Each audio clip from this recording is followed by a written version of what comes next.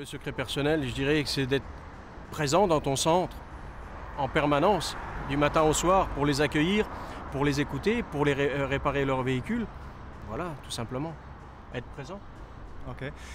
Il y a pas mal de gens qui disent oui, mais souvent on a eu une petite ou une grande réparation qui m'a rien coûté. C'était vraiment une offre de Philippe, un extra service quoi.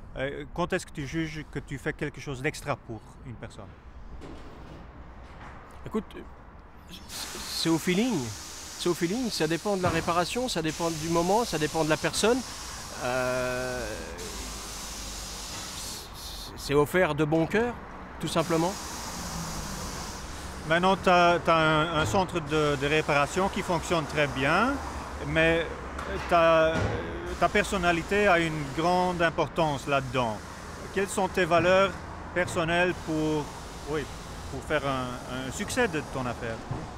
Le respect des gens, l'amour du travail bien fait et encore une fois le respect des gens. Okay.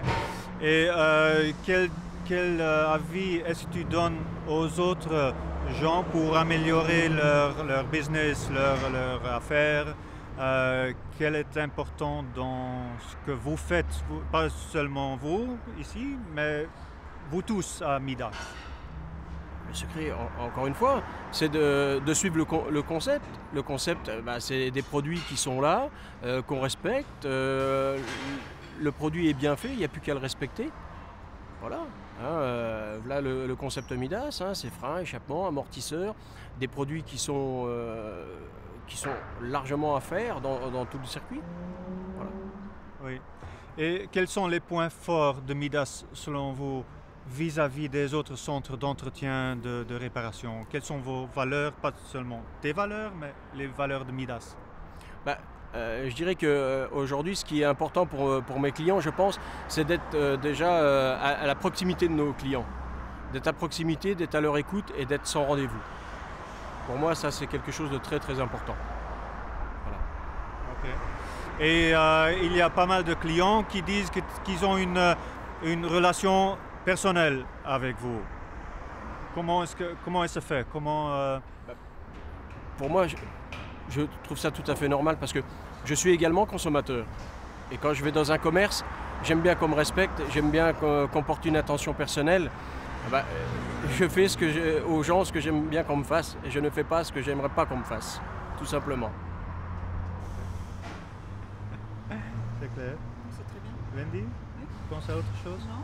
Je pense que ce qui a sorti des interviews, c'était surtout le respect. Il parlait pas souvent des pièces de qualité, mais c'était la relation, le respect. Ouais. Donc, le respect, l'honnêteté dans les réparations. L'honnêteté dans les réparations, de changer que ce qui est nécessaire et d'expliquer aux gens qu'est-ce qu'il y aura à faire. Et ne pas attendre qu'ils tombent en panne et dire pourquoi je suis encore en panne.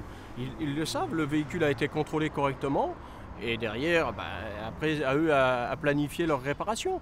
Et je pense que c'est ça aussi la transparence. C'est de ne pas mettre le couteau à la gorge aux gens et qu'ils puissent étaler leur réparation parce que ça coûte cher maintenant. Et où est-ce que, du point de vue personnel, où est-ce que tu as appris ces valeurs? Ça vient des parents ou ça vient de ce que tu as appris dans le travail? Oui, ça vient des parents. Mes parents étaient pieds noirs et automatiquement quand ils sont arrivés en France, la seule chose qu'ils ont fait pour pouvoir se démarquer par rapport aux autres, c'était le travail. Et ma mère me disait tout le temps, Philippe, il faut faire l'âne pour avoir le son. Et aujourd'hui, faut respecter ses clients et ça marche derrière. Et je suis vraiment satisfait quand je vois un peu les clients, les commentaires qu'ils font, ça me va vraiment droit au cœur. Et je m'éclate bien, je m'amuse bien.